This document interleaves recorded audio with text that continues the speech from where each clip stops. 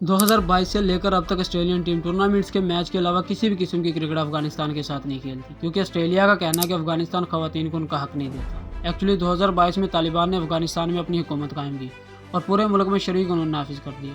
तालिबान हुकूमत ने कॉलेज और यूनिवर्सिटीज़ में गैर मुअय्यना मुद्दत तक लड़कियों की तालीम पर पाबंदी आयद कर दी। इसके अलावा गैर सरकारी तंजीमों में काम करने वाली खवातीन को ये बोल कर काम से रोक दिया था कि वो पर्दा नहीं करती।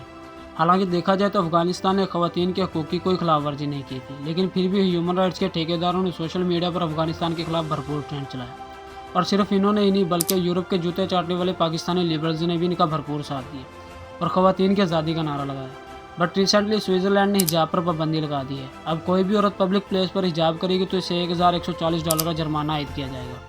लेकिन सोचने की बात यह है कि खवातीन की आज़ादी, खवातीन के हकूक़ पर बात करने वाली ह्यूमन राइट्स के ठेकेदार इस वक्त किधर हैं, जब एक मुल्क में खवातीन को अपनी मर्ज़ी से हिजाब करने की भी इजाज़त नहीं दी जा रही। और सिर्फ स्विट्ज़रलैंड नहीं बल्कि France, Belgium, Netherland, Denmark, Australia, Bulgaria, Sri Lanka और इंडिया की कुछ स्टेट में स्कूल में हिजाब बैन है। जब इन मुल्कों में खवातीन के हकूक़ की खिलाफ वर्जी की जाती है तो सब अंधे हो जाते हैं। इन मुल्कों का कहना है कि अगर आपने इस्लाम प्रैक्टिस करनी है तो फिर किसी इस्लामी मुल्क में चले जाएं। इस हिसाब से तो फिर वो लोग जिन्होंने सेकुलरिज्म प्रैक्टिस करनी है वो यूरोपियन कंट्रीज़ में चले जाएं।